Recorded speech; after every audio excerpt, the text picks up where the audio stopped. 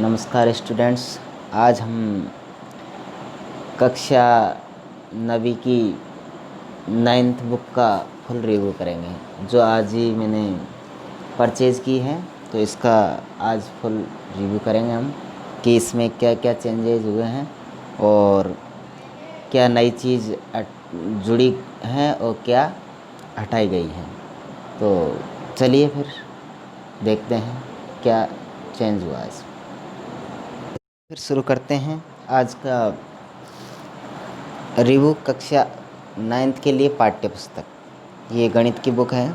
इसमें शुरुआत में देखिए भारत का संविधान, और इसमें फिर पहला चैप्टर का नाम संख्या पद्धति और उनके जो भी एक एक पॉइंट हैं उनके बारे में दे रखे हैं, उनकी जो परिभाषाएं उनसे संबंधित सवाल ये कैसे आएंगे, वो जैसे बहुपद, निर्देशांक ज्यामिति, दो चरों वाले रैखिक समीकरण, यूक्लिड की ज्यामिति का परिचय, रेखाएं और कोण, त्रिभुज, चतुर्भुज, समांतर चतुर्भुजों और त्रिभुजों के क्षेत्रफल, वृत्त, रचनाएं, ईरो का सूत्र, पृष्ठीय क्षेत्रफल और आयतन, सांख्यिकी और प्रायिकताएं। तो इसमें एक चैप्टर नया जुड़ा है जिसका नाम है प्रायिकताएं।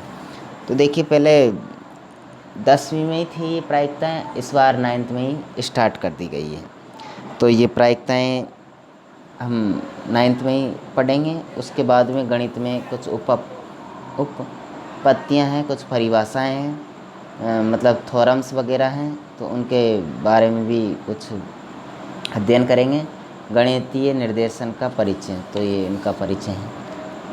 तो देखिए ये आपके पहले उसके इंडेक्स के बाद में आपका दे रखा है नागरिकों के मूल कर्तव्य। ये आपका पहला चैप्टर है। तो इसमें कुछ संख्याओं को संख्या रेखा पर दर्शाया गया है। तो इस तरह से हम इनको विस्तार से अध्ययन करेंगे और इन वैज्ञानिकों के बारे में दे रखा है, किसने क्या अपरिमेय संख्याओं किसने दी है, ये ऐसे पाइथागोरस के बारे में दे रखा है। फिर ये हमारा 1.2 प्रश्नावली है और 1.1 तो ये है। तो इनमें कुछ खास बात नहीं है, ये तो थ्योरी है एक तरह से, जो आप देख सकते हैं। पहली प्रश्नावली में कोई खास चेंजेज नहीं है, बिल्कुल वही सेम टू सेम चीज़ है। देखिए आप वही एग्जाम्पल हैं, ऐसे इनको √x को √3 को इनको कैसे दर्शाते हैं वही हैं। और ये कुछ ये प्रमेयीकरण है, तो इनको भी आप देखोगे। वास्तविक संख्याओं के लिए घातांक नियम है, तो ये घातांक के जो कुछ सवाल हैं, कुछ एक दो चेंज भी हो चुके हैं, तो इनके नियम वही है बिल्कुल जो हमने 9th में पढ़े हैं। तो उनको हम फिर से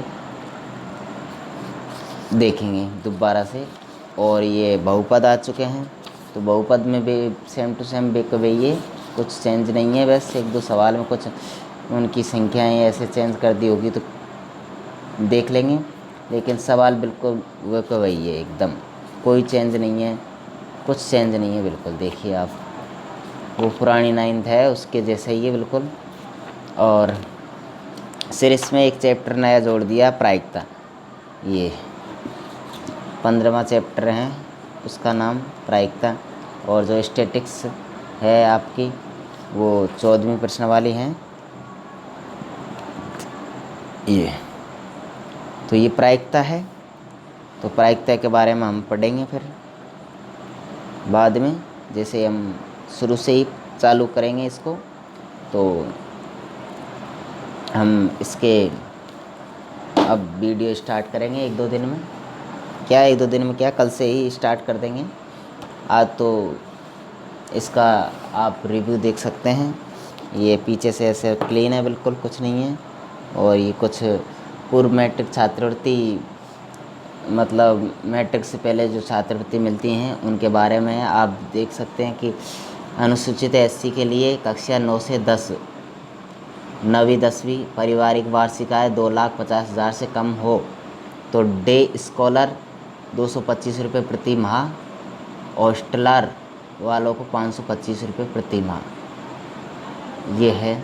एक मुश्त राशि डे स्कॉलर को 750 और हॉस्टलर को 1000 रुपये।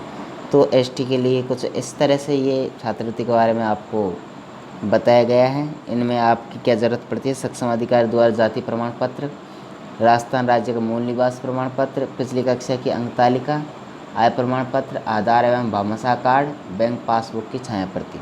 इस तरह से आप छात्रवृत्ति से भी लाभान्वित हो सकते हैं। तो ये है और कुछ नहीं है, ठीक है।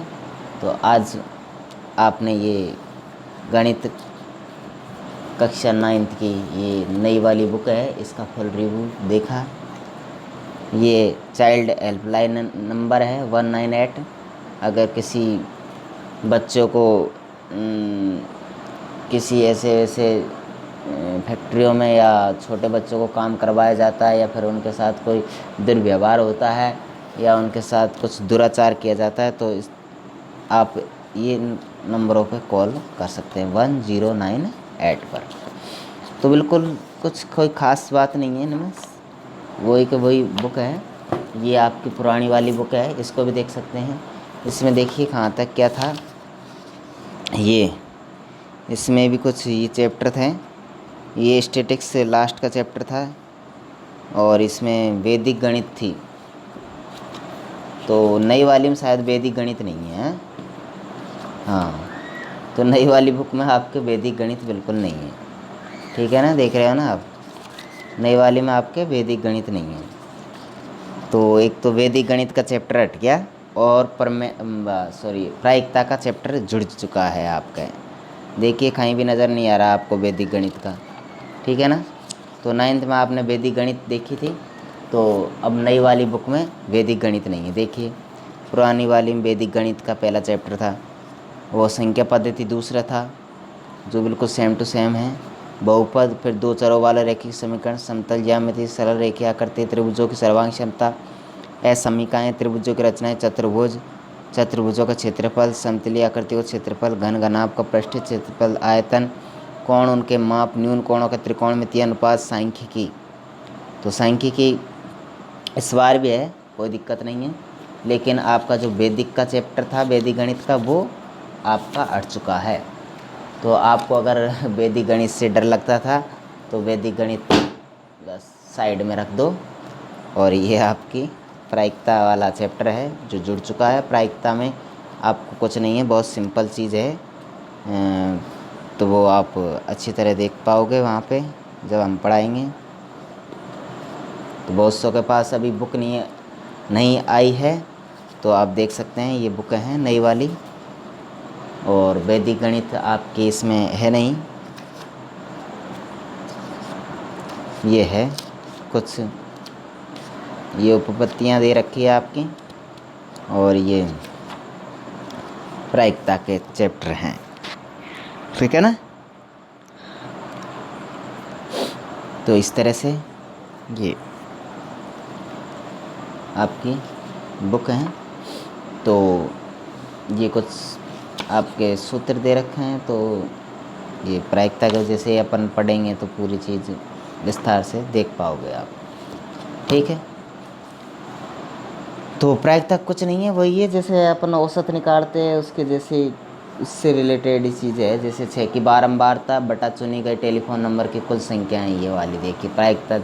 यहाँ पे देखिए एक उदाहरण देख लीजिए आप कोई भी। जैसे एक टेलीफोन निर्देशिका के एक पृष्ठ पर 200 टेलीफोन नंबर हैं, उनके इकाई स्थान वाले अंक का बारंबारता बंटन। उदाहरण के लिए संख्या इतनी दे रखी है आपको, इसमें इकाई के स्थान पर अंक 3 हैं। सारणी 15.7 में दिया गया है, ये आपके अंक हैं, ये बारंबारता हैं। तो पृष्ठ को देखे बिना इन संख्याओं में से किसी एक संख्या पर अपनी पेंसिल रख दीजिए, अर्थात संख्या को यादृच्छा चुना गया। इकाई के स्थान पर अंक 6 के होने की प्रायिकता क्या होगी? तो इकाई का अंक 6 के होने की प्रायिकता क्या होगी? तो इकाई का अंक 6 की प्रायिकता आप निकालने के लिए 6 की बारंबारता और बटा चुनी गई टेलीफोन नंबरों की कुल संख्या है। तो 6 की बारंबारता कितनी है? 14 है यहाँ पे, तो यहाँ 14 लिख दिया।